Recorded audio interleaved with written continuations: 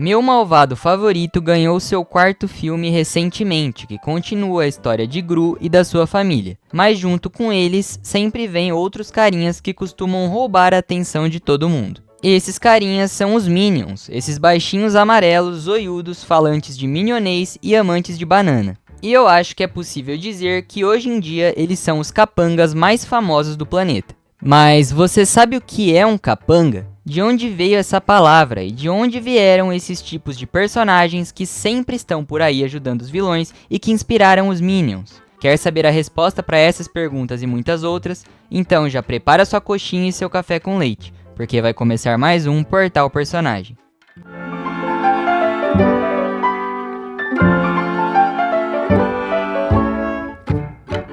Bom, primeiro eu vou começar perguntando, de onde vem o termo capanga? A palavra capanga tem suas raízes no termo quipanga, que significa aquele que carrega algo em tupi-guarani. Durante muito tempo, esse termo designava aqueles que eram responsáveis por carregar as bagagens ou realizar tarefas mais simples e que requeriam habilidades manuais. Essas habilidades principalmente relacionadas ao transporte, em um tempo anterior ao desenvolvimento de infraestruturas mais modernas. Acontece que ao longo do tempo esse termo passou a definir aqueles que eram responsáveis por proteger propriedades e realizar atos a mando de algum dono de terras ou algum proprietário. E cada vez mais a palavra ganhou o sentido desse personagem que é responsável por executar as ordens de algum manda-chuva do pedaço, sendo muitas vezes atos ilegais, daí a sua associação aos vilões. Em inglês, o termo para capanga é henchman, e ele passou pelo mesmo processo de transformação, ou seja, a palavra antes definia aqueles ajudantes de nobres e militares,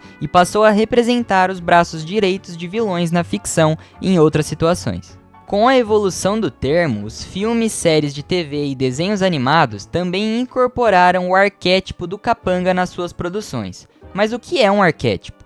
Um arquétipo é uma estrutura, um conjunto de características que definem o papel de um personagem na história. Há arquétipos de heróis, de mestres, de vilões e, claro, dos capangas. Esses personagens costumam atuar como os braços direitos dos vilões em seus planos malignos, realizando todo o trabalho sujo dos planos pensados por eles. Eles costumam ser personagens com grande força física ou imposição física e que são capazes de realizar tarefas manuais ou impor a força dos seus mestres e normalmente possuem um intelecto mais fraco do que o dos mestres. No cinema, os capangas sempre tiveram muito destaque e uma das sagas em que isso fica evidente são nos filmes do 007. Nesses filmes, os vilões já tiveram a ajuda de diversos capangas, dentre eles um é bem famoso, que é o Jaws, um capanga com um conjunto de dentes metálicos que mordia suas vítimas e possuía uma grande força física. Ele protagoniza uma cena bem famosa de luta no ar com o James Bond, no filme 007 Contra o Foguete da Morte.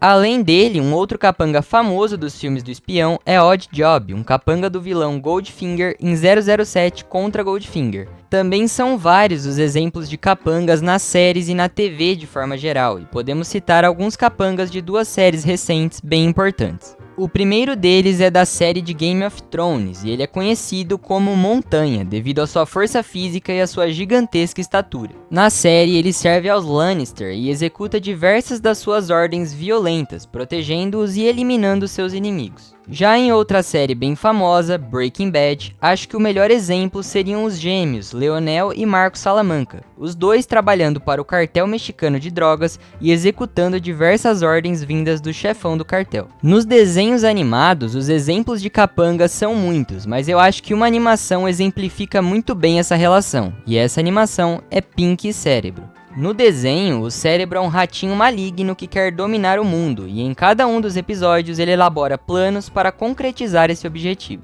O seu ajudante é o Pink, um outro ratinho menos inteligente que acaba ficando com as tarefas manuais e com outras ações mais simples, e no desenho ele funciona quase que como um ajudante de laboratório menos inteligente. E obviamente muitas das coisas que o Cérebro planeja dão errado por conta das ações mal executadas do Pink.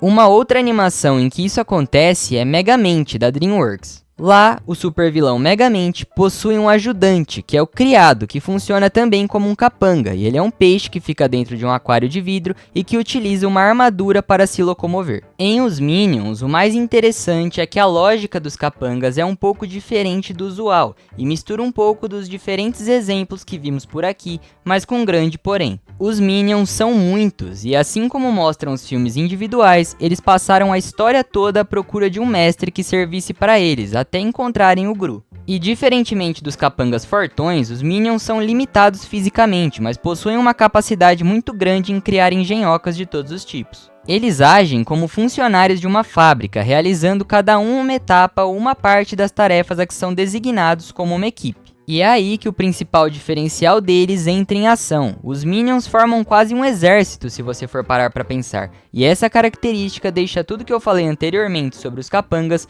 muito mais engraçado. No filme, alguns deles dão as caras mais vezes do que os demais e acabam sendo mais importantes para a história por conta disso. Dentre eles temos o Stuart, o Kevin, o Bob, o Dave, o Phil e o Jerry. Mas cada um dos Minions possui uma personalidade distinta, apesar da aparente uniformidade, e eles desempenham a função de ajudantes, mas pelo fato deles serem muitos, o controle que você tem sobre cada um deles é muito menor, o que faz com que eles apareçam com muitas ideias e ações que não foram pensadas inicialmente. Os Minions, então, são o melhor e mais difundido exemplo do arquétipo de capanga nos dias de hoje, e são uma variação muito interessante da dinâmica que esses personagens sempre possuíram, além de, é claro, possuírem um carisma e uma simpatia dificilmente atingida por outros. E aí, vai assistir meu Malvado Favorito 4? Já assistiu? Se gostaria de ver mais conteúdo sobre esse universo aqui no canal, deixa aí nos comentários, porque toda semana tem coisa nova aqui no portal. Então já se inscreve para não perder nada e deixa seu like nesse vídeo se você curtiu o conteúdo.